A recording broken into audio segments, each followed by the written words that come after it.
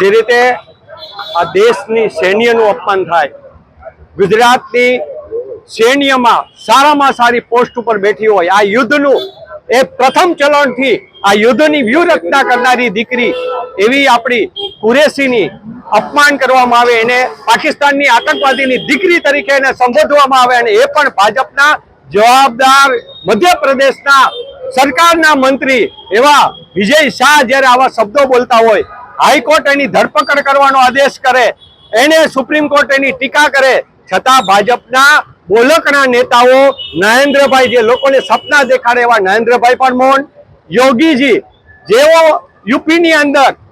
સપાના નેતા એક ભૂલ કરી બેઠા અને તરત જ બોલવા માંડ્યા, તો આ મંત્રી વિશે કેમ મૌન છે?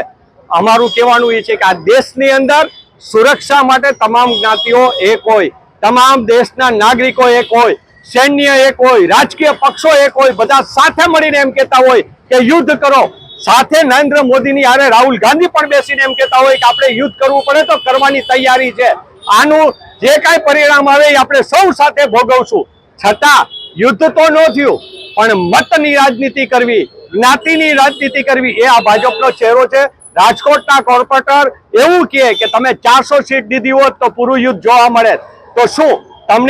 તમે એની ઉપરથી નક્કી કરશો કે આ દેશના નાગરિકોની સુરક્ષા તમે કેટલા મત આપો છો એટલી પૂર્તિ કરશો? તો આ ગુજરાતની અંદર તમને બહુમતી, આ દેશના પાર્લામેન્ટમાં તમે સરકાર તરીકે બેઠા છો, રાજ્યસભામાં તમારી બહુમતી, છતાં તમે એમ કહેતા હો કે 200 નહીં, પણ અમારી પાસે 400 સીટ હોવી જોઈએ તો પૂરું યુદ્ધ જોવા મળે. તો આવા કોર્પોરેટરને પણ રાજીનામું લેવું જોઈએ. ભાજપના તમામ નેતાઓ મૌન છે, તો એ નેતાઓ બોલે તેવી મારી બહુ સ્પષ્ટ અને અમારી કોંગ્રેસની માંગણી છે, અને આ બંનેના રાજીનામું લેવામાં આવે.